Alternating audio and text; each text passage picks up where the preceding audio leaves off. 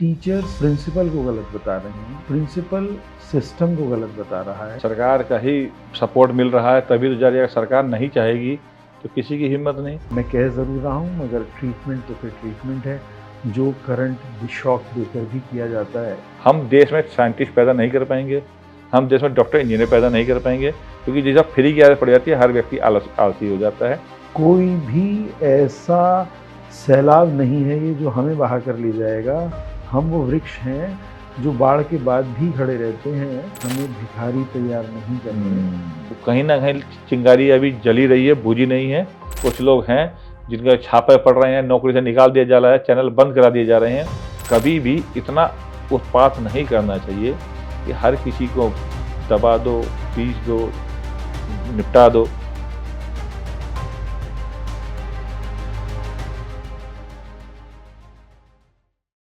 नमस्कार, मैं as a chairman global news bulletin आज मेरे साथ शहर के वो व्यक्ति मौजूद हैं जो ऑफिशियली आजकल व्यापारियों की देखरेख कर रहे हैं और नगर उद्योग व्यापार प्रतिनिधि मंडल ऋषिकेश के अध्यक्ष हैं और अपने मन में सहृदयता का भाव रखते हैं। सबके साथ खड़े होने की भावना इनके मन में है और मैं इनसे कुछ इनके उन मनोभावों को जानना चाहूँगा जिनको लेकर ये इस पद पर बैठे। ललित मोहन मिश्रा जी एक ऐसा पुराना नाम है जो सब युवाओं को अच्छी तरीके से विदित है। धन्यवाद। बताइए। देखिए, मैं आपकी सेवा में लगातार निर्वाचित रूप से तो 5 साल कहूँगा अप्रैल में, पर वैसे सेवा कार्य में मैं आरंभ से ही लगभग 28-30 वर्ष हो गए मुझे सेवा भाव में, क्योंकि भैया ने सहृदयता वाली बात कही। 1996 में मेरी उम्र जब 21 साल थी मात्र, तो मैंने पहली बार रक्तदान किया था। तब आज जैसा माहौल नहीं था रक्तदान के हेतु भी, वो लोग बहुत डरते थे। आज लगभग 30 वर्ष हो गए, लोग बहुत डरते थे कि रक्तदान कोई कुछ हो जाएगा। पहली बार मैंने जॉलीग्रांट जाकर रक्तदान किया। बस उस सेवा भाव, क्योंकि हमारे फैमिली भी बैकग्राउंड सेवा वाली है, फादर ही मेरे सामाजिक रूप व्यक्ति थे। बस उसी परिवेश को आगे बढ़ाते हुए मैं चल रहा हूँ और मैं लायंस क्लब ऋषिकेश डिवाइन का चार्टर प्रेसिडेंट हूँ। 2008 में क्लब की स्थापना हुई। उस सेवा कार्य को आगे बढ़ाते हुए, और हमारा जो क्लब है मूल रूप से रक्तदान के क्षेत्र में सबसे अग्रणी है और प्रतिवर्ष हम 3 से 4 कैंप लगाते हैं। इवन जो बाहर यहाँ आसपास 5 स्टार 7 स्टार होटल हैं, उन सब के भी हमने स्टाफ्स के कैंप लगाए हैं, लगाते ही हैं अभी भी। पीछे हमने 2 वेस्टिन में और आनंद में भी कैंप लगाए। तो सेवा कार्य में हम लगातार लगे हुए हैं। और 2021 में, चूँकि मैं व्यापार मंडल में 2017 में महामंत्री चुना गया, व्यापार से संबंधित जो समस्याएं रहीं उसमें हम आगे बढ़ चढ़ के प्रयास करते रहे। कोई सा ही मामला हो, हमने हमेशा व्यापारियों के हित की कार्य किया है। और 2021 में जब चुनाव हुआ, बड़े स्केल पर चुनाव था, आप सबने देखा शहर में, तो पूरे शहर के लोगों ने मुझे बहुत प्यार दिया है और उसी का परिणाम रहा कि मैं विजयी रहा। और पिछली बार जब 2025 में चुनाव की पोजीशन दोबारा आई कि कार्यकाल पूरा हुआ, तो अनअपोज रूप से मैं उसमें दोबारा इलेक्ट हुआ। फिर आपकी सेवा में हूँ। इतना ही कहूँगा कि प्रयास ये रहता है किसी व्यापारी का फ़ोन आ जाए किसी भी समय, मतलब 24/7, तो मैंने कभी खाली जाने नहीं दिया। रात के 2 बजे 3 बजे फ़ोन आया, मेरा फ़ोन हमेशा ऑन मिलता है और कोशिश करता हूँ 1 से 2 घंटे में मैं फ़ोन उठा के रिस्पॉन्ड करूँ और उस जो भी समस्या है, कोई भी कार्य है, कोई भी भाव है, तो भाव को पूरा करने का प्रयास करूँ। ललित जी, आप जिस पद पर इस वक्त बैठे हैं और वो पद व्यापारियों का प्रतिनिधित्व करता है, तो व्यापारी अर्थात वो ठेली से लेकर और वो टॉप लेवल तक की बात जो ऋषिकेश में इंडस्ट्री तक तो नहीं जाती है मगर ट्रेडिंग तक ज़रूर जाती है। आप सबकी समस्याओं को सुनते हैं, समझते हैं, आप उनके निदान के लिए अपनी तरफ से प्रयास भी करते हैं। मगर उसमें मैं एक चीज़ ऐड करना चाहूँगा कि आप उस प्रयास को, अभी आपके पास इस कार्यकाल में भी लंबा समय बाकी है, आप उस प्रयास को एक कंसोलिडेट तरीके से उस स्वरूप में लेकर आएँ, जो कि कोई भी व्यक्ति आपसे संपर्क करना हर एक के लिए संभव नहीं है। उसमें कई व्यक्तिगत कारण भी हो सकते हैं, सामाजिक कारण भी हो सकते हैं, बहुत सारी व्यवस्थाएँ काम कर रही होती हैं। आप कुछ इस तरह का सिस्टम डेवलप करें, जो एक व्यापारी के लिए, सपोज़ एक लेबर डिपार्टमेंट है, माप-तोल डिपार्टमेंट है, या और भी इस तरीके के जीएसटी है, जो भी, उसमें जो सामान्य प्रक्रियाएँ होती हैं, उनको सुनिश्चित करने के लिए व्यापारी इतना ध्यान नहीं दे पाता, जो सारा दिन आम व्यापारी दुकान पर बैठा है और काम कर रहा है, उसके पास इतना समय भी नहीं होता कि वो उतना जागरूक भी नहीं हो पाता कि हर चीज़ की स्पष्ट जानकारी उसके पास हो कि उसे किस रास्ते पर चलना चाहिए। तो वो आपका दायित्व भी है कि आप उसे वो मुहैया कराएँ, और आप कराते भी होंगे, मगर मैं उसको कुछ इस तरीके से चाह रहा हूँ कि वो इंटरनेट के माध्यम से, चाहे वो व्हाट्सएप हो या कुछ भी, उस पर वो उपलब्ध उस स्वरूप में हो जहाँ पर वो उससे मिस ना हो। जैसे कि हमने व्हाट्सएप ग्रुप बनाए, तो ग्रुप में अगर आप डालते हैं तो ग्रुप में इतना कुछ डल रहा होता है कि वो मिस हो जाता है। आप एक ऐसा व्हाट्सएप ग्रुप बनाएं जिसमें सिर्फ आप ही उस महत्वपूर्ण जानकारी को डाल सकें, उसमें एप्रिशिएट करने के लिए कोई माध्यम ना हो, कोई भी व्यक्ति उसमें इंटरफेयर ना कर सके। एक इस तरीके का ग्रुप बनाएं, कभी भी होने वाला कोई परिवर्तन, किसी भी कानूनी हिसाब से बात कर रहा हूँ, तो वो तुरंत अपडेट होना चाहिए। उसके अलावा एक आपका मीडिएशन डिपार्टमेंट और व्यापारी के बीच में उस तरीके का होना चाहिए कि व्यापारी हैरेसमेंट का शिकार ना हो। एक आम व्यापारी का किसी अधिकारी से बात करने का तरीका और आपके बात करने का तरीका, उसमें बहुत बड़ा अंतर होगा। इतना बड़ा अंतर होगा, अगर स्पष्ट रूप से कहूँ तो वो सुनने के बाद काँप रहा होगा और आप तन रहे होंगे। इतना बड़ा अंतर है। वो क्यों है? क्योंकि एक तो आपके पास समझ है उस विषय की, दूसरा आपके पास वो पद भी है कि आप 50-100 लोगों के साथ खड़े होकर उस बात को प्रस्तुत कर सकते हैं। वो अपने आप को अकेला और असहाय महसूस करता है, जबकि वो है नहीं, आप उसके साथ हैं। मगर क्या वो आपका साथ उस स्वरूप में महसूस कर रहा है जो मैंने कहा? ये भी एक प्रश्न है। आप भी स्वयं में कुछ व्यापार करते ही होंगे।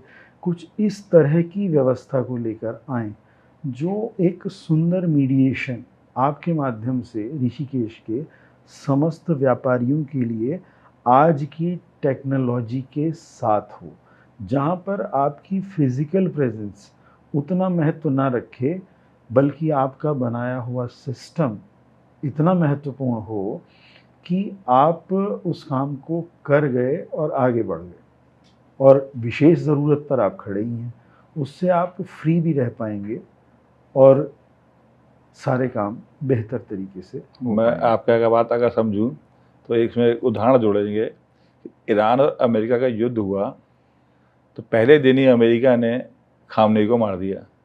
बावजूद उसके ईरान युद्ध में मजबूती से डटा रहा। आपका शायद आशा यही है कि अगर अध्यक्ष नहीं भी है मौके पर, जब कोई व्यवस्था में है, तो जो मैनेजमेंट है वो उस व्यवस्था को संभाल ले और काम को मेरा मूल उद्देश्य इस बात को कहने का ये था कि मैं आपसे इस चरण पर ये कार्य उस स्वरूप में करवाकर आपको अगले चरण में प्रवेश दे सकूं, ताकि आप अगले चरण के कार्य करें। हर एक अनुभव के बाद, एक अच्छी व्यवस्था देने के बाद, उससे अगले चरण के बहुत सारे ऐसे कार्य समाज में होंगे जिनमें हम और सुनिश्चित कर सकें उन व्यवस्थाओं को, उसके लिए आगे बढ़ा जाए, ना कि एक ही स्थान पर खड़े रहकर वहीं का हो जाया जाए। मैं आपको इसमें मतलब अपना बता दूं कि जैसे कोई मेरे से अप्रोच करता है किसी मामले में, व्यापारी हो या सामाजिक भी, क्योंकि हम सामाजिक जीव पहले हैं, व्यापारी बाद में हैं।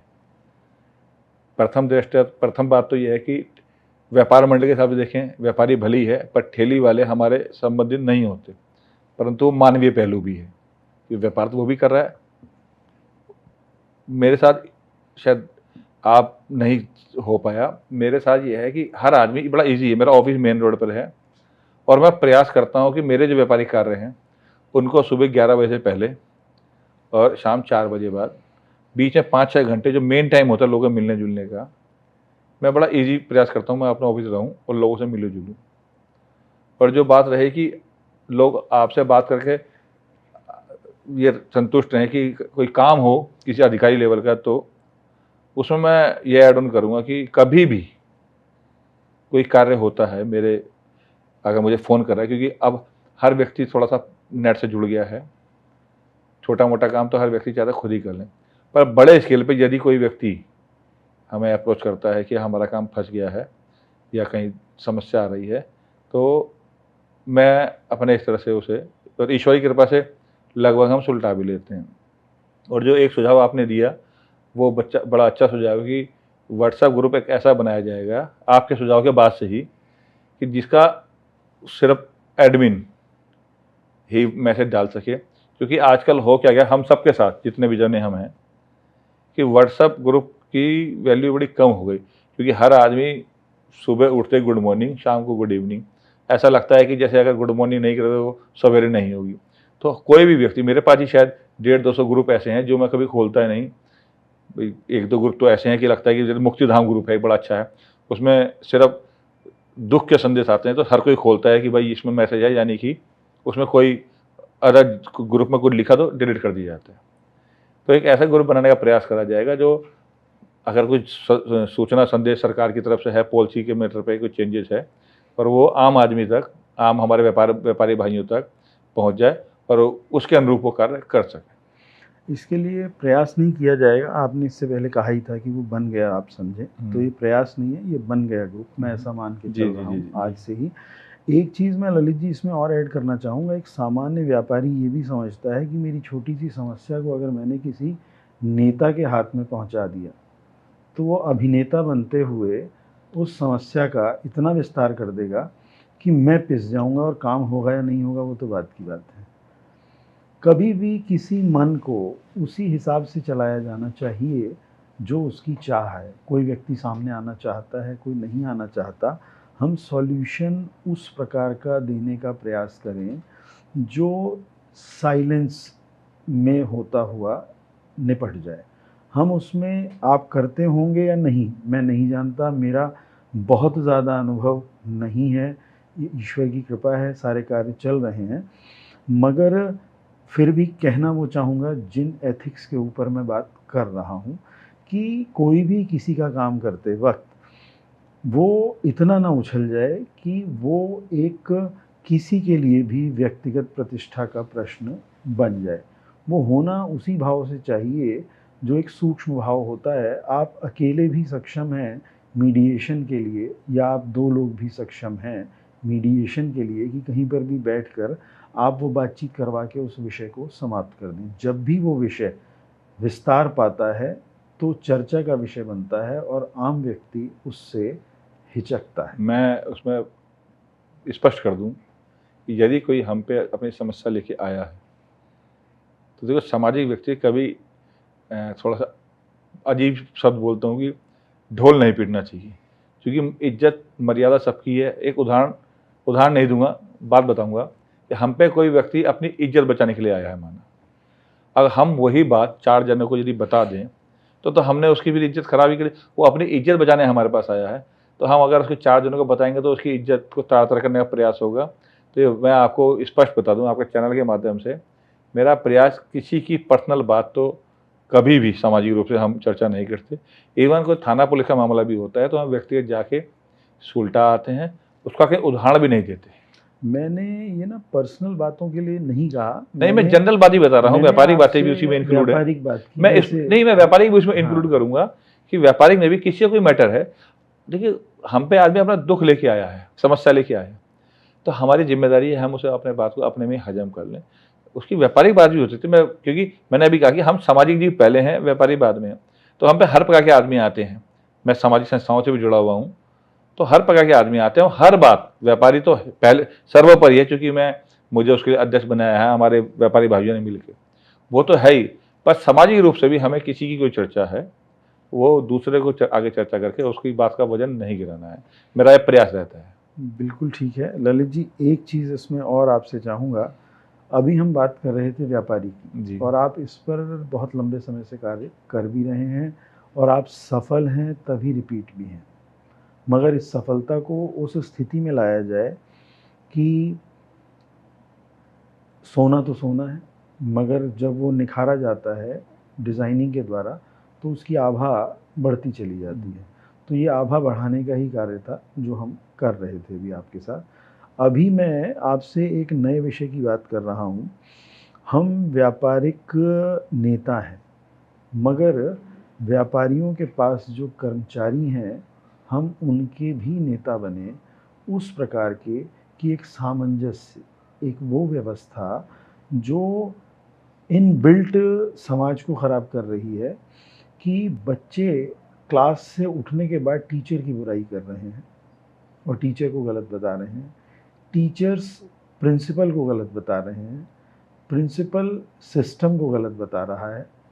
कुल मिलाकर दोष हमेशा नेक्स्ट लेवल पे थोपा जाता है और बातचीत करने का सब्जेक्ट भी वही है, अपनी इरिटेशन को निकालने का माध्यम वही बन चुका है। सेम एज़ किसी भी संस्था के अंदर एम्प्लॉई 1 हैं या 2 हैं या 4 हैं, वो भी कमोबेश जब बैठते हैं तो मालिक की बात करेंगे। मालिक तो वास्तव में एक ही है, मगर फिर भी सो कॉल्ड मालिक की बात दुकान का मालिक करने वाले हैं, और वो बात करते हैं और जाने अनजाने कुछ गलत भी कह देते हैं। वो भी ना एक अव्यवस्था फैल जाती है, और जब 4 सो कॉल्ड मालिक भी बैठते हैं तो वो उनकी निंदा करते हैं कि ये ऐसे ही होते हैं। ये जो भावना समाज में आ गई है, ये बढ़ते बढ़ते वहाँ पहुँच जाती है कि वो अपने परिवारों में भी सुखी नहीं रह पाते, क्योंकि ये एक मानसिक प्रकार है, ये एक वो व्यवस्था है जो स्कूल से डल रही है और हमारे वर्क एनवायरनमेंट में भी प्रवेश कर रही है।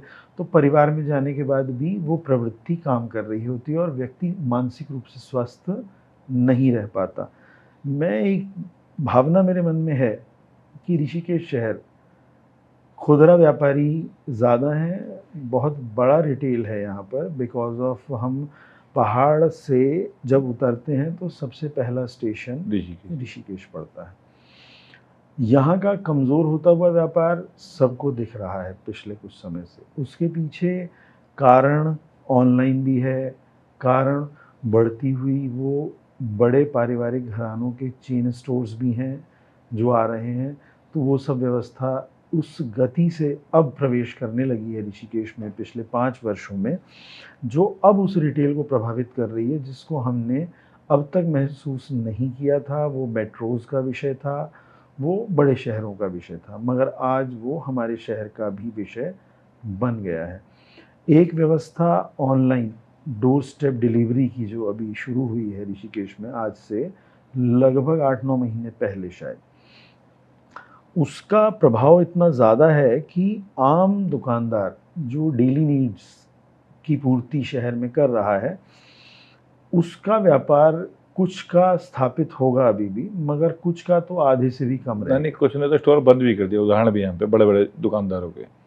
मैं ललित जी, अगर आपके पास उदाहरण है तो मैं ना एक ऐसी वर्कशॉप चाहता हूँ जहाँ पर हम इस प्रकार के वॉलंटियर, हमारे पास लोग होंगे जो इस बात का ज्ञान दे सकते हैं कि क्या छोटे स्केल पर भी फ़ोन पर ऑर्डर लेकर या व्हाट्सएप पर ऑर्डर लेकर हम होम डिलीवरी कर सकते हैं। इसके संदर्भ में 2 बातें हैं।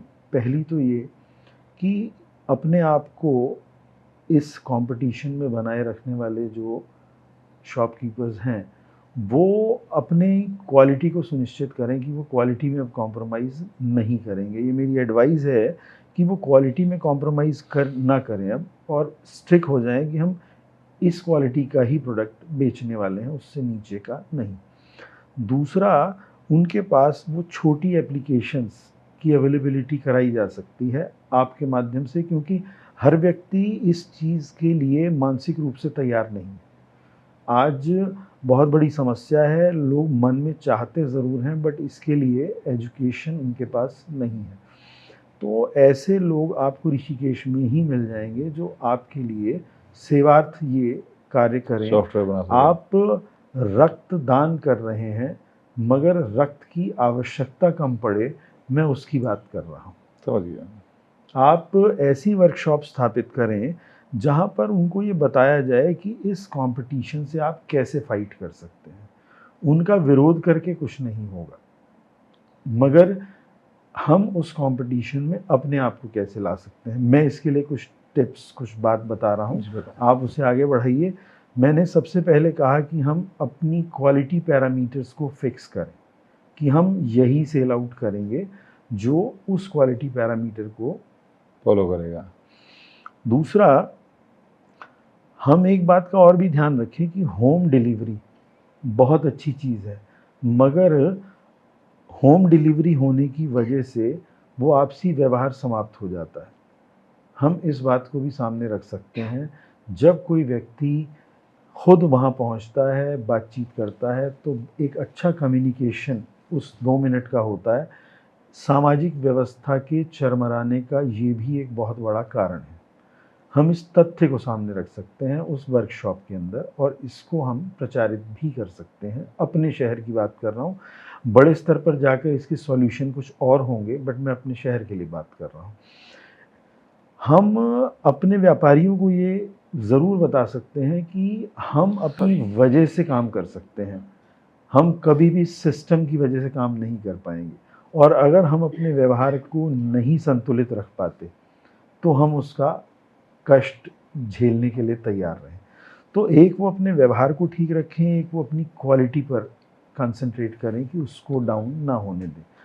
इसके बाद तीसरी व्यवस्था है वो कैंप, जिसके माध्यम से आप कम पैसों में उस व्यवस्था को ऑप्ट कर सकें जिससे कि वो अपने कस्टमर के ऑर्डर्स को बिना कॉल को सुने भी ले सकें और कॉल पर सुन के भी ले सकें। जब कोई डोर स्टेप डिलीवरी वाला एक मिनिमम ऑर्डर के साथ ही फ्री डिलीवरी करता है और काफ़ी कम हो जाता है तो उसके लिए अमाउंट ऐड करता है, ये व्यवस्था वो भी अप्लाई कर सकते हैं। अब उसमें टेक्निकली वो कहाँ फंसते हैं लीगल पार्ट पे, उसका सॉल्यूशन आपको एक बार देखना होगा कि वो व्यवस्था किस प्रकार से की जा सकती है और ऐसा कुछ भाव बने। और यहाँ का एक सामान्य दुकानदार, जिसकी आपने कहा कुछ बंद भी कर गए हैं, मैं चाहता हूँ कि बंद कर गए वालों के लिए तो नहीं कहूँगा, मगर जो बंद होने के कगार पे अगले 2 से 5 साल में आने वाले हैं वो बंद ना हो, वो आगे बढ़ें और बाय हार्ट इसको एक्सेप्ट करें कि ये आज का बिजनेस फॉर्मेट है, हमें इसके लिए तैयार आपकी होना बात एक बार रोक के कहूँगा।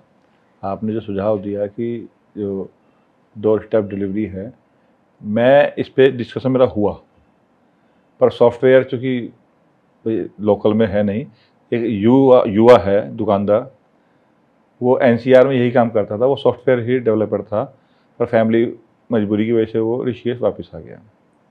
मैंने उससे बात की थी, फिलहाल वो रेस्टोरेंट के क्षेत्र में ही काम कर रहा था।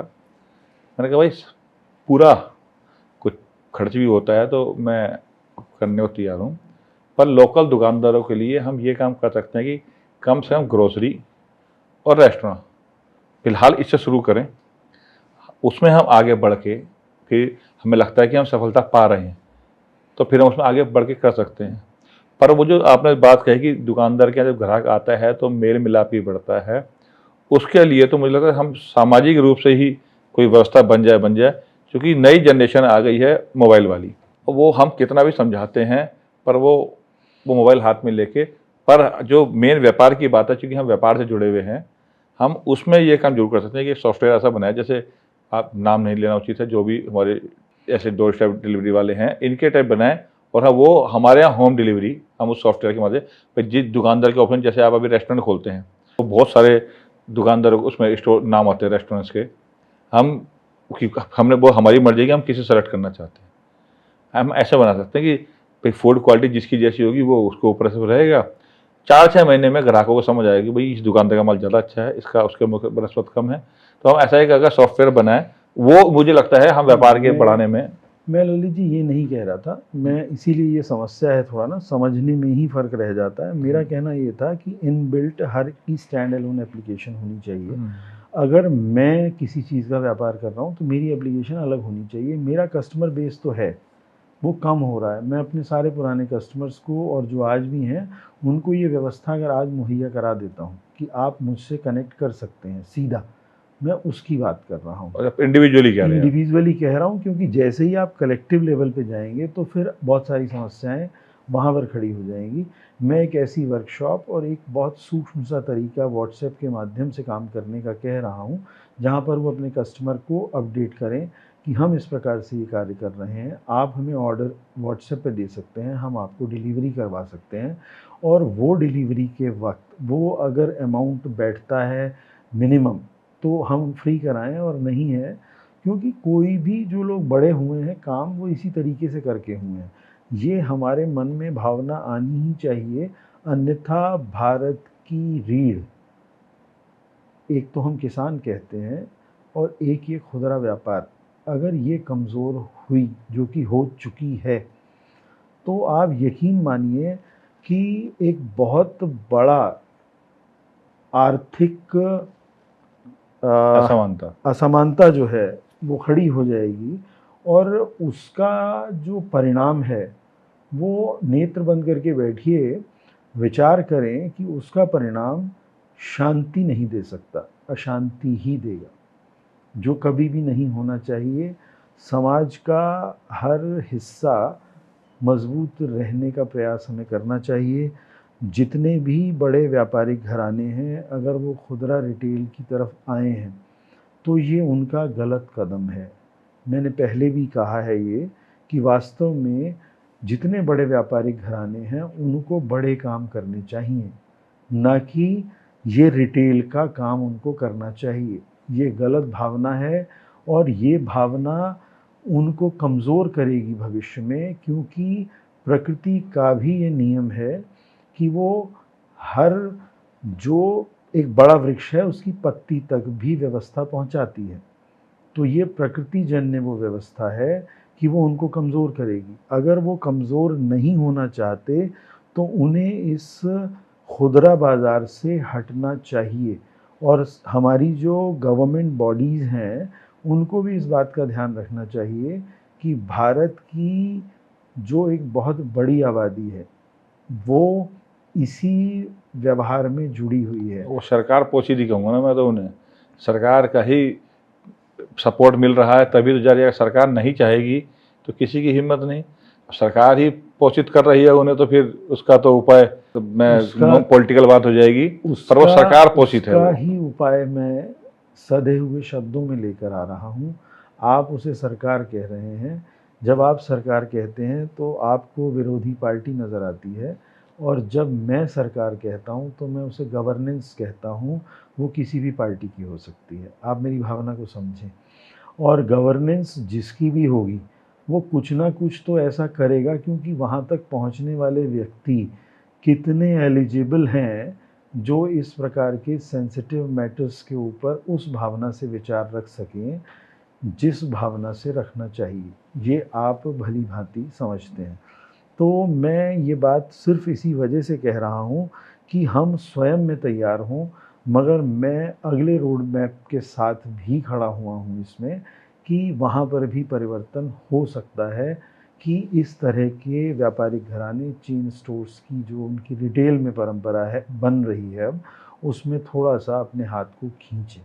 निश्चित रूप से हो सकता है, मगर गवर्नेंस उस तरीके की चाहिए जो इस बात को समझकर दोनों के हितों का ध्यान रखे। उनका भी हित ध्यान में होना ही चाहिए, क्योंकि वास्तव में पूंजीपति ही पूरे देश की व्यवस्था को देख रहा है, मगर वो किस मार्ग से देखे ये एक समझने की बात हो सकती है। और आप एक बात ज़रूर ध्यान रखें कि भारत में बड़े व्यापारी के लिए बहुत बड़े बड़े काम खाली पड़े हुए हैं, जहाँ पर उनका ध्यान नहीं जा रहा है। समय आने पर ध्यान उन पे भी है उनका। फिलहाल ये स्थिति है कि सब कुछ हमें चाहिए। ये तो एक सामान्य व्यवस्था है ही जो आप कह रहे हैं, मगर ऐसा कहकर मैं तो अपना हाथ पीछे नहीं खींच सकता। मुझे तो आना ही है उसी भावना के साथ जो मैं कह रहा हूँ। कोई भी ऐसा सैलाब नहीं है ये जो हमें बहा कर ले जाएगा। हम वो वृक्ष हैं जो बाढ़ के बाद भी खड़े रहते हैं। इस भावना के साथ व्यापारी को रुकना होगा अपनी सोच पर, और वो निश्चित रूप से रुक पाएगा। मैं आपको सुनिश्चित कर रहा हूँ कि इसमें कोई विशेष बात है ही नहीं, सिर्फ मन की स्थिति है। आप एक वर्कशॉप ऑर्गेनाइज करिए और उसमें ऐसे 2-3 लोगों को बिठाइए जो व्हाट्सएप पर ही इन सब कामों को कैसे किया जा सकता है उसके लिए तैयार हों। मैंने कहा है ज़रूर मनोभाव बनेगा। आप जैसे लोग अगर दिल से इस चीज़ को चाहेंगे तो ज़रूर कुछ ना कुछ परिणाम आएगा। और यकीन मानिए, अगर आपने ऋषिकेश में ऐसे 50 एग्जाम्पल खड़े कर दिए तो एक ट्रेंड बी टाउन्स के अंदर ये चल पड़ेगा जो बहुत आगे लेकर जाएगा। कुछ समझदार व्यापारी अभी भी ऐसा कर रहे होंगे सुनिश्चित रूप से, मगर एक आम मन टूट जाता है क्योंकि फ़ोन को ऑपरेट करना ही जिनको आफत लगती हो, क्योंकि इतनी टेक्निकलिटीज़ होती हैं तो उनको आफत लगती हो, तो उनको लगता है शुरू में डर, परेशानी। तो जब हमने जीएसटी को अपने ऊपर लाद लिया तो ये तो हमारे अपने लिए है, हम इस परेशानी को स्वीकार करें और कर पाएंगे। तो इस विषय में आपका प्रयास हमेशा सराहनीय भी रहेगा और मैं आपका स्वागत भी करूंगा। अगर आप कभी भी किसी इस प्रकार के व्यक्ति को लेकर आएँ तो मैं कुछ ना कुछ ज़रूर कह पाऊंगा, ऐसा मुझे लगता है। अब इन सब के अलावा मैंने एक बात की थी उस स्टाफ के लिए जो सब व्यापारियों के यहाँ काम कर रहा है। व्यापारी तभी है जब स्टाफ है, और स्टाफ तभी है जब व्यापारी है। तो ये तो एक बहुत ज़बरदस्त बॉन्डिंग है, और इस बॉन्डिंग के बीच में अगर इस पतंग और चरखी के बीच में जो डोर है, अगर उसमें कांच की लेयर चढ़ा दी जाए तो उड़ाने वाले की उंगलियां छिलती हैं। वो नहीं चाहिए। वो उड़ाने वाले वास्तव में वो चंद लोग ही होंगे जो ये प्रेम का प्रवाह देते हैं, उनको कष्ट होता है। मैं उस चेतना की बात कर रहा हूँ जो हमेशा सबको बांधकर और साथ लेकर चलने का भाव हर जगह दे रही है। इसको पशु, पक्षी और वनस्पति तो स्पष्ट दिखा रहे हैं क्योंकि उनका व्यवहार सुनिश्चित कर दिया गया, मगर मानव को समझ दी गई तो वो इसके विपरीत कार्य कर रहा है। तो आप इस भावना को रखते हुए कभी भी कोई विषय आपके सामने आए तो आप उसी भावना से काम करें। इसमें आप क्या अपेक्षा करते हैं व्यापार मंडल से? मैं व्यापार स्टाफ वाले मंडल मामले से में ये अपेक्षा करता हूँ कि कभी भी जब कोई कंट्रोवर्शियल सब्जेक्ट आपके पास आए तो आप सबसे पहले तो दोनों पक्षों को ही समान दृष्टि से देखें। कहीं आपको लगता है कि कोई ऐसा विषय आया हो? कभी भी नहीं। तो मेरा भाव एक सामान्य संदेश देने का है, और आप क्योंकि लीड कर रहे हैं तो मैं आपसे कह रहा हूँ। वही मैं कहूँगा, स्टाफ वाले मुद्दे पर कई बार इशू आते थे, पर ये ना लिखा तो कुछ हो नहीं सकता, पर अंडरस्टैंडिंग ऐसी बन गई है कि स्टाफ भी, अब स्टाफ चोरी आप समझ रहे हैं, एक शब्द है स्टाफ चोरी।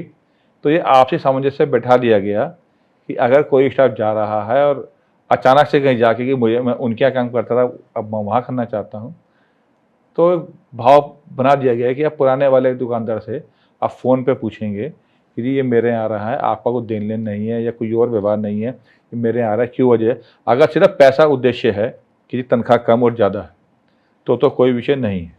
अदरवाइज कई बार क्या होता है, स्टाफ पे उधार भी हो जाता है सुख दुख की वजह से। तो हम उस मुद्दे, ऐसे बहुत सारे विषय हो जाते हैं कि कई वजह स्टाफ की गलती होती है, वो अपनी गलती छुपा दूसरे के जाना चाहता है। तो उन बातों को हमने आपसी अंडरस्टैंडिंग ऐसी बनाई है दुकानदारों के मध्य, कोई किसी का स्टाफ नहीं चुराएगा।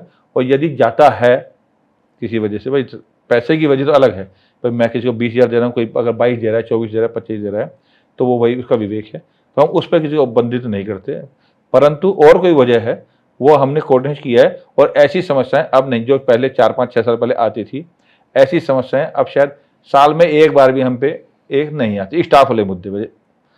मैंने ये विषय ना इस बात को लेकर नहीं रखा इस था। पे नहीं रखा होगा। हाँ जी। मैंने ये विषय इस बात को लेकर रखा था कि वो स्टाफ भी मैं ही हूँ।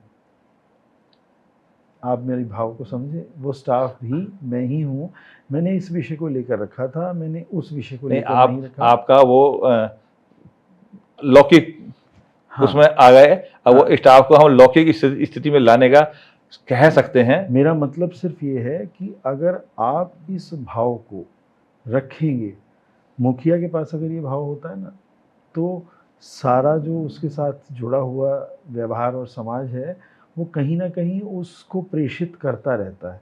और जब वो प्रेषित करना शुरू करता है, तो धीरे-धीरे विटामिन का जब कैप्सूल लेना शुरू किया जाता है, तो कहा जाता है कि आपको 30 दिन तक लेना होगा, तभी वो लेवल मेंटेन होगा। तो बस मैं प्रेषित ही करने की बात वही कर मैं रहा आपका हूँ। भाव समझ गया कि आपका भाव है भगवान वाला भाव समझिए। आपका वो उद्देश्य उस रूप में कहना चाहिए। आपने व्यापारी वाली बात नहीं कही, आपने नहीं, समझे दर्शन वाली बात करी है। मैंने आपसे वो बात कही, आपने दर्शन की बात कर दी। मैंने वो बात आपसे कही कि जो व्यक्ति जिस स्थिति में जी रहा होता है ना, अपने आप को उस स्थिति में ले जाने के बाद ही उसके ऊपर हम निर्णय ले सकते हैं कि इसकी मानसिक स्थिति इस वक्त क्या होगी, तो इसको उसी तरह का सहारा दिया जाए। बस मेरा वही इतना मैंने ही वही कहा कि भाव था। आप दर्शन के भाव में आ गए। और मैंने व्यापार मंडली की बात करी, आप दर्शन में आए। वो क्योंकि आपका भाव मैं देख रहा हूँ दर्शन के तरह प्रभु में ज्यादा भक्ति आ गई, समाज के प्रति बहुत सेवा भाव का भाव है आपका। आप उस दृश्य में भी कह रहे हैं। बहुत अच्छी बात कही आपने। इसका भी एक प्रयास होना चाहिए, ललित जी, क्योंकि हम अच्छे होंगे, जग अच्छा हुआ। ललित जी, परमात्मा की भक्ति नहीं है। वास्तव में भक्ति का जो सही स्वरूप है, वो यही है कि परमात्मा तो सब में है। सहस्त्रों मुखों से परमात्मा पा रहे जी, हैं जी, जी। और सहस्त्र हाथों से ये सहयोग और सेवा भी प्रदान कर रहे हैं। हम सब जिस चेतना के द्वारा चलाए जा रहे हैं, वो चेतना ही चाहती है कि मन साथ में जुड़ जाए। अगर मन साथ नहीं जुड़ते, तो केदारनाथ आपदा भी आ जाती है। इसलिए कभी भी इस प्रकार की कोई आपदा ना आए और हम व्यवस्थित विकास की बात करें। हम जब भी जिस व्यक्ति के लिए बात कर रहे हों, ख़ास तौर पे जब वो हमें मजबूर लग रहा हो, तो हम अपने आप को उस मजबूरी में ले जाकर देखें, अनुभव करें उसके मन की स्थिति को, तभी उसके ऊपर कुछ निर्णय या अपनी राय व्यक्त करें और सबके साथ खड़े हों। आपके अंदर ये योग्यता कहीं न कहीं है, तभी मैंने ये विषय आपके सामने रखा। हम व्यापारी हैं नहीं, हमें अब इससे आगे भी बढ़ना है कि हम एक वो व्यक्ति भी हैं जो व्यापारी के साथ-साथ उन सब के केयरटेकर भी हैं। यही चीज़ टाटा जी को बनाती है। रतन टाटा तभी बनते हैं जब ऐसा व्यवहार होता है। स्वर्गीय बिरला जी तभी बनते हैं जब ऐसा व्यवहार होता है। वास्तव में बड़ा व्यापारी भी एक राजा के भाव से होता है, जो अब नहीं रहा, मगर होता राजा के भाव से ही है। राजा का भाव मतलब वो डायरेक्ट जुड़ गया, एडमिनिस्ट्रेशन में ना रहकर वो डायरेक्ट जुड़ गया उस काम के लिए। तो ये भावना हमें रखनी है ललित जी। आपके साथ जो भी बातचीत हुई, वो बहुत ज़्यादा इफ़ेक्टिव हो उन 3-4 विषयों को रिपीट कर रहा हूँ। पहला, कि हम व्यापारियों का मीडिएशन जो अथॉरिटीज़ हैं उनके साथ उतना सहज रूप में बनवाने का प्रयास करें कि वो जो उसमें एक घूस का पार्ट है, उसको हम बैलेंस करने की कोशिश करें। आप समझते हैं कि कुछ बीमारियां ऐसी हैं जिनका इलाज लंबा है, तो दवाई तो देनी पड़ेगी। तो उस प्रकार का व्यवहार लेकर आएँ कि उसमें हैरेसमेंट ना हो। वो जी। रहे मगर हैरेसमेंट ना हो। प्रथम चरण की बात कर रहा हूँ। हैं तो वो भी मेरे ही, अलग तो नहीं है, मगर हैरेसमेंट ना हो। सिर्फ हैरेसमेंट से बचाने की बात कर रहा हूँ। व्यापारी को उस तरह का मीडिएशन दें कि हैरेसमेंट ना हो, एक बात। दूसरी बात, व्यापारी और स्टाफ को एक बनाने का प्रयास करें। हमेशा इस बात पर जोर दें कि स्टाफ से ही वो व्यापारी है और व्यापारी से ही वो स्टाफ है, एक दूसरे की भावनाओं को समझें। मगर वो स्टाफ जिस माहौल में अपग्रेड हो रहा है उसके पास बिगड़ने की संभावनाएं बहुत ज़्यादा हैं, तो हम उसकी पीठ पर भी हाथ रखें साथ में, समझ के भाव से, और उसमें कोई उद्दंड आ जाए तो गाल पे भी हाथ रख सकते हैं। वो व्यवस्था तो खुली हुई है, उसके लिए तो मैं मना करूँगा ही नहीं। कारण है कि स्कूल में सब प्रकार के बच्चे होते हैं, मैं कह ज़रूर रहा हूँ, मगर ट्रीटमेंट तो फिर ट्रीटमेंट है, जो करंट शॉक देकर भी किया जाता है, तो मैं इस विषय में और आगे नहीं कुछ कहना चाहूँगा। मगर प्रथम प्रयास वही होना चाहिए, पीठ पर हाथ के साथ बात करने का। नहीं होता तो उसके बाद फिर और भाव हैं। एक तीसरी बात जो मैंने आपसे कही, एक ऐसी वर्कशॉप जो बिना किसी खर्चे के व्हाट्सएप के माध्यम से आज बहुत आराम से हो सकती है, जिसका जो भी कस्टमर बेस है उसको वो होम डिलीवरी और एक क्वालिटी सेटिस्फैक्शन के साथ अगर इंश्योर कर लेता है, तो आप यकीन मानिए, मतलब ये डोर स्टेप डिलीवरी वालों को जो डिपेंडेंसी उनके ऊपर एकदम से कन्वर्ट हुई है अभी, वो रुकेगी, और जिन दुकानों के काम आधे भी नहीं रह गए वो अपने आप को बचा पाएंगे। कम से कम उनमें से वो लोग ज़रूर बचा पाएंगे जो क्वालिटी ओरिएंटेड काम करने का भाव रखते हैं, और उनका ही बचना ज़रूरी है। जिनके मन में वैसे ही खाने पीने की चीज़ों में, डेली नीड्स में गलत प्रोडक्ट को दे रहे हैं या बिना समझ के दे रहे हैं क्योंकि पैक्ड आ रहा है, तो उनके लिए मैं बात नहीं करूँगा, बट जो क्वालिटी कॉन्शियस हैं उनके लिए मैं ये बात ज़रूर कहूँगा।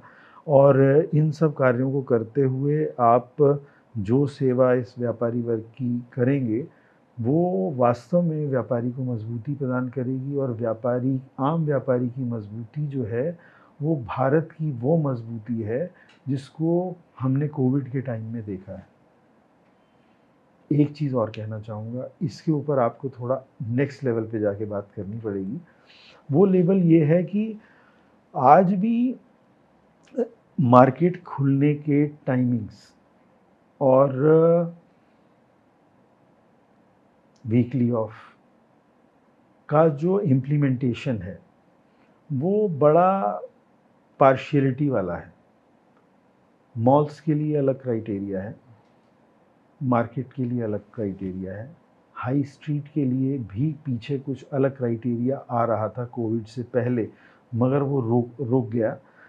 आप एक बात समझिए कि मानव की जो क्वालिटी है वो तभी मेंटेन रह सकती है जब उसको मी टाइम मिले। आजकल बड़ा इसकी प्रचार होता है, मी टाइम कहने लगे, तो वास्तव में वो मी टाइम मिले, और वो मी टाइम कैसे मिलेगा, तो इसके ऊपर ज़रूर एक कोई स्पष्ट भाव आना चाहिए। लेबर ये कहता है लॉ कि इतने घंटे आप काम ले सकते हैं, मार्केट में इतनी देर खुलना है, व्यापारी के पास काम नहीं है, बेरोजगारी है, कानून भी है, इसमें पिसती हुई ये व्यवस्था उस हद तक चरमरा रही है कि कोई भी इसमें शांत नहीं रह पा रहा, और मलाई उतरने के बाद फिर लेबर ऑफिस में पहुंच जाती है। तो मैंने वही कहा, जो आपका विषय है कि जो सामंजस्य होना चाहिए अधिकारियों में, मैं आपके चैनल के माध्यम से सबको ये कहना चाहूँगा कि यदि कोई ऐसी स्थिति किसी भी व्यापारी के साथ आए जहाँ वो कहीं महसूस कर रहा है कोई डिपार्टमेंट उसे हैरेस कर रहा है, वो बेझिझक हम पे आए। अगर प्रभु कृपा रही 24 घंटे के अंदर उसका निदान का प्रयास करूँगा। चाहे लेबर से संबंधित है, किसी भी अन्य डिपार्टमेंट से संबंधित है, तो हमारी जिम्मेदारी है उस काम को सोल्व करना। आपके संज्ञान में भी यदि कोई व्यक्तिगत रूप से भी आता है कि मेरा ये मैटर था, आप बेझिझक उसे मेरे यहाँ भेजें, मैं उसका निवारण करने का 24 घंटे में, आपके चैनल के माध्यम से कह रहा हूँ, 24 घंटे में समस्या का निदान होगा। और स्टाफ और वर्कशॉप वाली बात भी जो कही है आपने, वो तो मुझे लगता है कि यह हम पे ही, क्योंकि हर चीज़ ऊपर से नीचे आती है, हम अपने स्टाफ को रोज़ ब्रीफिंग करें। जो बात आपने, क्योंकि आपने मेरे को लौकिक परलौकिक बात कही, पर उसके लिए हम अपने स्टाफ की रोज़ ब्रीफिंग करें, सुबह और शाम, शॉप खोलते समय और शॉप बंद करते समय। तो क्योंकि हम कोई भी बात किसी को कहते हैं, बड़ा आदमी छोटे को कहता है, वो ज़्यादा प्रभावित होता है। तो यदि हम रोज़ ब्रीफिंग करें उस रूप में, तो शायद स्टाफ के मन में हाँ इतना जरूर है कि हम अपने मन के भाव उनके अंदर नहीं डाल सकते, परंतु यदि कोई बात रोज़ कही जाए, बार बार कही जाए, तो उसका प्रभाव आदमी के जीवन में पड़ता ही है। तो ये प्रयास तो दुकानदारों के माध्यम से स्वयं होगा। और जो चैनल वो वाली बात कही आपने व्हाट्सएप के माध्यम से, मैं उसमें व्हाट्सएप के माध्यम से काफ़ी दुकानदार कर रहे हैं, परंतु बाकी को भी हमें अवेयर करना पड़ेगा। यस। और वो जो बात है, आपने सॉफ्टवेयर की बात मेरी ली की, उसमें थोड़ा सा मुझे लगता है अगर कंपटीशन भी होगा ना दुकानदारों में, लोकल दुकानदारों का कंपटीशन है, कंपटीशन का अलग मजा है, क्योंकि ग्राहक भी उसमें थोड़ा सा ये है। अब आपको माना मैं कोई ही परचून वाले को ही ले लें, क्योंकि सबसे ज़्यादा जरूरत उसी की पड़ती है, दिन में 4 बार पड़ती है, उसको हमने मैसेज दिया, वो 2 घंटे बाद ला रहा है। अब वो दुकानदारों ने हमने 20 दुकानदार फिलहाल लिख दिए शुरुआती स्तर पे, और वो दुकानदार ने जो एक दे है कि 10 मिनट में माल घर पहुंचा देंगे, ये भी एडवांटेज है हमका कि आदमी घर में बैठा है, आवश्यकता पड़ गई तो 10 मिनट में आ जाएगा। हम दुकानदार को ये अवेयर करेंगे, दूसरा दे सकता है 10 मिनट में, तो ये प्रयास हम भी कर सकते हैं। और उसमें क्या होगा, जैसे आमबाग में माल जाना है, यहाँ पे ऋषिकेश का दुकानदार तो नहीं दे पाएगा तुरंत, तो आमबाग जाना समय लगेगा। और जो स्टोर है उन्होंने आमबाग भी खोल दिया है, श्यामपुर भी खोल दिया है, तो हम वहाँ का दुकानदार भी रहेंगे कि हमारा भाई व्यापारी भाई है, वो भी आज हम वहीं से सामान मंगा ले। तो हमें उस हिसाब से वृहद स्तर पर सोचना है। और आपने कहा है और अच्छे रूप में सोचते हैं भाई, मीटिंग करके अपने व्यापार मंडल के सभी सदस्यों की पूरा प्रयास करेंगे कि हम इन आपके सुझावों पर काम करें। और जो सातों आपने कहा पॉलिसीज में डिफरेंस है वीकली ऑफ के लिए, तो वो सेंट्रल गवर्नमेंट की पॉलिसी है। व्यापार मंडल हम दिल्ली गए थे पीछे, वहाँ भी ये प्रस्ताव पारित करके दिया पॉलिसी करी जाए, पर मुझे लगता है कहीं ना कहीं वहाँ राजनीति आड़े आती है। वो विषय हम क्योंकि लोकल स्तर पे हैं हम, हमारे परंतु हमारा व्यापार मंडल राष्ट्रीय स्तर का है, उसके माध्यम से कई बार प्रस्ताव जा चुका है। पर सेंट्रल गवर्नमेंट की पॉलिसी के विषय में चूंकि ये पॉलिटिकल चैनल नहीं है, मैं कह नहीं पाऊंगा। वो जो बात आपने एक और कही कि बड़े घराने जो हैं, देखिए साहब समंदर में ना छोटी वेल मछली भी है, छोटी मछली भी है। तो वेल का यह नहीं कि सारी मछलियाँ खा जाए, जीने का अधिकार सबको है। गाड़ी में 4 टायर हैं तभी गाड़ी चल रही है। मौसम 4 दिए हैं प्रभु ने, तो चारों मौसम सही होने चाहिए। हो क्या गया है कि हर व्यक्ति को लगता है कि बस सर्दी, मुझे सर्दी अच्छी लग रही, सर्दी होनी चाहिए। और बड़े घरानों को लग रहा है कि सरकार की नीतियां हमारे अनुरूप बन रही है, तो जिसका अधिकतम लाभ उठा लिया जाए। ये गलती है भविष्य के लिए। हम आज नहीं सोच रहे हैं, ये तो फ्री की योजना है। मैं रोज बात में थोड़ी सी पॉलिटिकल इसलिए क्योंकि चैनल के मदद लोग देखें, उन्हें पता नहीं।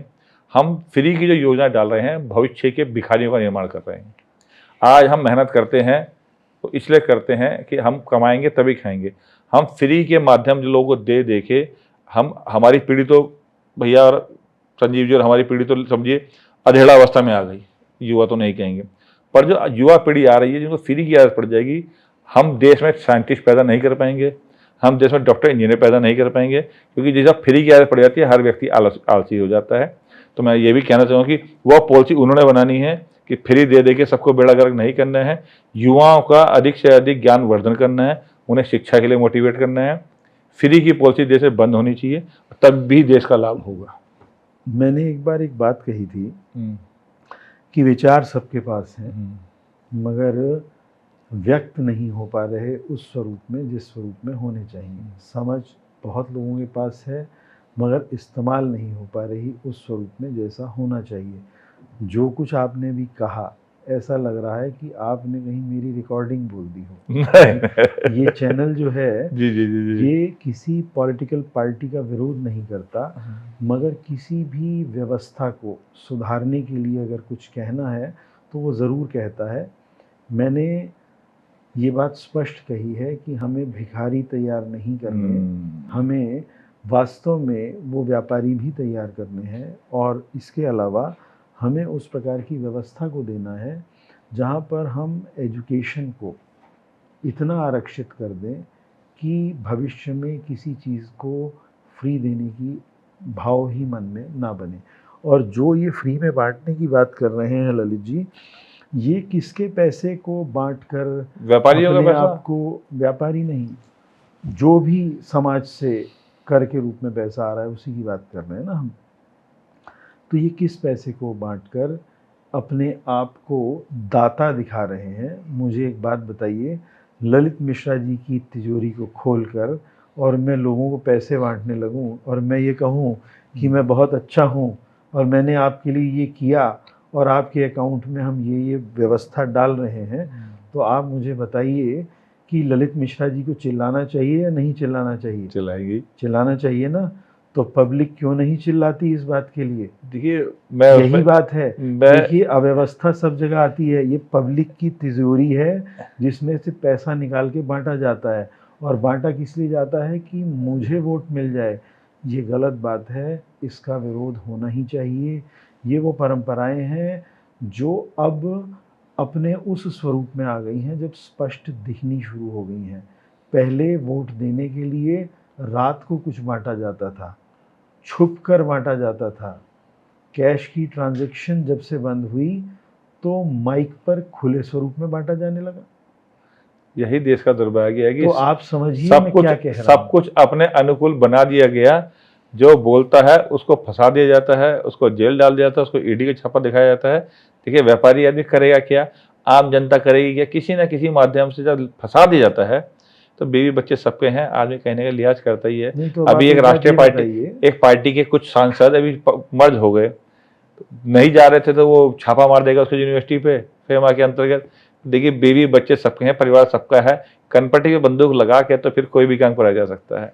एक बात बताइए कि आपकी कनपटी पे आज तक बंदूक लगी कभी? नहीं, हमने ऐसी कोई स्थिति नहीं लाई है। नहीं तो आप ऐसी स्थिति ले भी आए तो भी नहीं लग सकती, मगर वो तब जब आप सिर्फ सत्य का साथ दे रहे हो, तो वो चेतना आपके साथ खड़ी होती है कि वो नहीं लग सकती। मैं एक साधारण सा व्यक्ति जो शायद बात करते हुए भी कहीं नहीं नज़र आता था, आज अगर अपने उन भोले देशवासियों के लिए कुछ कह रहा है तो वो कहने में सक्षम कैसे है? मेरे पास तो कोई अनुभव भी नहीं है कहने का। आप जानते हैं अच्छे तरीके से, आपने हमारे बचपन को भी देखा है, तो आप ज़रूर समझ रहे होंगे कि जब वो चेतना अपना विस्तार करती है इस स्वरूप में तो निर्भय कर देती है। और कनपटी पर बंदूक तो दूर की बात है, शायद वो दृष्टि भी नहीं उठ सकती जो कभी कष्ट देने वाली हो। ये मेरा आश्वासन है सत्य के साथ रहने वाले हर उस व्यक्ति के लिए जो वास्तव में व्यक्तिगत स्वार्थ को किनारे रखकर सत्य के साथ है। अगर उसमें हमारा कुछ भी व्यक्तिगत स्वार्थ है, चाहे वो पद के लिए ही क्यों ना हो, तो फिर वो समस्या आती है जिसका आपने जिक्र किया। मगर जब आप एक संतत्व प्रकृति के भाव से किसी बात को कह रहे हैं तो कभी भी कष्ट देने वाली नहीं हो सकती। भोजन एक चींटी तक भी पहुंचता है, तो फिर वो चेतना जो भोजन एक चींटी तक पहुंचा रही है वो ऐसा अन्याय कभी भी नहीं होने देगी। और आज जब सोशल मीडिया इतना सशक्त होता चला जा रहा है, उसमें कुछ गड़बड़ भी हो रही है, मगर सशक्त तो हो ही रहा है। 90-95% तो गड़बड़ हो ही गई ना। आप किसी को आप सही बात बताने लगे वो आपके पीछे पड़ जाते हैं। वो आज भी 70 साल पहले ये हुआ, वो देखिए हम पुराने हमारे दादा परदादा ने क्या किया, हम उस बात को लेके अपना भविष्य खराब नहीं कर सकते। तो देश की स्थिति यही है कि मीडिया जो है वो बहुत दयनीय स्थिति में है और बहुत गंदे गंदे से हमने कभी मीडिया को नहीं कहा। आज भी ट्रंप जैसा शक्तिशाली व्यक्ति के खिलाफ उसके मुंह में माइक डालकर वहाँ के पत्रकार प्रश्न पूछ लेते हैं कड़वा, तो यहाँ को पूछते हैं केला कैसे खाओगे, आम कैसे खाओगे। अब प्रश्न इस लेवल के हो गए हैं तो फिर जाता है। जिस मीडिया के सामने बैठकर आज मैं इसलिए खुलेआम कह रहा हूँ, जिस मीडिया के सामने बैठकर आज आप बात कर रहे हैं वो भी तो स्पष्ट कह ही रहा है। मैंने वही कहा 90-95 ऐसे अपवाद हर जगह है। ऐसे एग्जाम्पल्स अगर 5% हैं तो वास्तव में देश की व्यवस्था को सुधारने का वही काम उन्हीं की वजह से हम सांस ले रहे हैं। अगर ये भी ना हो तो सांस लेना दुश्वार हो जाए। रवीश कुमार, अभिषेक शर्मा, पूर्ण प्रसून वाजपेयी जैसे कुछ लोग हैं जिनके छापे पड़ रहे हैं, नौकरी से निकाल दिया जा रहा है, चैनल बंद करा दिए जा रहे हैं, बावजूद वो खड़े हैं। तो कहीं ना कहीं चिंगारी अभी जली रही है, बुझी नहीं है। और मुझे मालूम है प्रकृति का समय है, हम जब बचपन से 12 साल में भूरे के दिन भी फिरते हैं, संभव है 12 साल गुजर गए हों, ईश्वर जानता है। पर समय अच्छा आएगा, सब इसी आस में है और सब अच्छा ही होगा। हमारा मानना ये है, मैं व्यक्तिगत क्योंकि ब्राह्मण आदमी हूँ, कि कृष्ण भगवान को मथुरा छोड़ के द्वारका जाना पड़ा, राम को 14 वर्ष के लिए जंगल जाना पड़ा। तो ये तो प्रकृति का नियम है कि हमेशा ऐसा आता है। पर मेरा इतना मानना है कि कभी भी इतना उत्पात नहीं करना चाहिए कि हर किसी को दबा दो, पीस दो, निपटा दो। प्रकृति का नियम है, संतुलन चले ना, जंगल है तभी हम हैं। आज सारे जंगल खत्म हो जाए तो हम भी एक ही बरसात में, एक ही गर्मी में पिस जाएंगे। आप जंगल में आग नहीं लगा सकते कि सारे जानवर निपटा दें। अगर जंगल ना होते तो हम सांस ना ले रहे होते। तो ये प्रकृति का जो नियम है उसे बने रहना चाहिए। गाड़ी के चारों टायरों की आवश्यकता है। आदमी को 2 पैर है तो 1 पैर से नहीं चल सकता, बड़े मोटे जो सिस्टम है, तो हर किसी को चलते रहना चाहिए। पति है तो पत्नी है, पक्ष है तो विपक्ष है, तभी दुनिया चल रही है। सबको जीने का अधिकार है। बाकी ललित जी, आपके साथ बहुत सुंदर वार्ता हुई। इस वार्ता में एक चीज़ को बस ऐड करके इसको हम यहाँ फिलहाल के लिए पूर्णता प्रदान करेंगे कि जो कुछ भी आपने कहा पहले चरण में हमने उसको उस भाव से रखा जो वास्तविक है। अंतिम चरण में आपके मन के उद्गार आ ही गए, क्योंकि देखिए व्यक्ति जब पॉलिटिकल होता है तो कुछ ना कुछ कहता तो है, मगर मैं फिर भी इसमें एक चीज़ ज़रूर जोड़ना चाहूँगा कि वो जितने भी व्यक्ति हैं वो हम ही हैं, हमारे अलावा कोई नहीं है। और हम ही कभी वहाँ होते हैं और हम ही कभी यहाँ भी होते हैं। ये भी आप जानते हैं, उत्तराखंड से सशक्त प्रमाण इसके लिए कुछ और नहीं हो सकता कि जिनके हित में, फेवर में आप बोल रहे हैं, उसी के 10 दिग्गज कब ट्रांसफ़र हो गए वो पता नहीं लगा। तो अच्छा नहीं, इसका मतलब मन की स्थिति हमेशा बदलती है। मैं इस मन की स्थिति को उस पॉजिटिव साइड में लाना चाहता हूँ, उस हर मन की स्थिति को, कि वो व्यक्तिगत भावना से प्रेरित होकर काम ना करे, सबके लिए काम करे। क्योंकि ये जो छाता है ना, 4 छाते खड़े हैं, कभी हवा का रुख जब इधर से होता है, बौछार इधर से पड़ रही होती है, तो हम किसी ऐसे छाते में जाके खड़े होते हैं जहाँ पर वो बौछार ना पड़ रही हो। ये मन का स्वभाव है, ये तो खेल खेलेगा ही। मगर हमें जो खेल खेलना है, जिसके लिए मैं आपको भविष्य में तैयार होने की बात कर रहा हूँ, वो भारत के लिए खेलने की बात कर रहा हूँ। और भारत विरोधी कोई भी कार्य हो, उसको हमें रखना ही होगा सामने, बिना किसी व्यक्तिगत विरोध के या पार्टी विरोध के रखना ही चाहिए। और परमात्मा कभी भी किसी भी पार्टी को आगे ला सकते हैं, क्योंकि ये व्यवहार वो है कि हमें पता ही नहीं लगता कि कब एक लहर आती है और पूरे देश में एक व्यवस्था को जन्म दे देती है, और कब दूसरी लहर आती है कि दूसरे को जन्म दे देती है, और कब तीसरी लहर आती है कि उसमें से एक को बिल्कुल साफ कर देती है। तो लहर का कोई पार नहीं पा सकता कि वो कब कहाँ से चली, किसको उड़ाकर ले गई और किसको लाकर बिठा गई। तो इसलिए हमेशा खुले मन से रहिए और भारत के लिए बात करिए, और निश्चिंत भाव से करिए, निर्भयता के साथ करिए। वो चेतना सत्य कहने वाले के साथ हमेशा खड़ी है। इसी भावना के साथ आपको मैं धन्यवाद भी देता हूँ, और जो भी विषय हमने रखे उनको या उनमें से कुछ भी अगर आप आगे बढ़ा पाएँ जो सबको सुख देने वाला हो, तो एक अंतिम में एक लाइन कहूँगा, बस देश एक, लक्ष्य एक, कर्म एक है, 40 कोटि है शरीर, मर्म एक है। पूजा पढ़ो करो, पढ़ो नमाज, धर्म एक है। हो अगर देश की बात तो कर्म एक है। बहुत इसी पे चलेंगे हम। बहुत सुंदर। और आपका ये साथ मुझे उतनी शक्ति प्रदान करे कि मैं जिस भी स्थिति में आज जो कुछ कह पा रहा हूँ, उसमें वो चेतना लाखों गुना वृद्धि करे, और 140 करोड़ का भाव तो बने ही। धन्यवाद।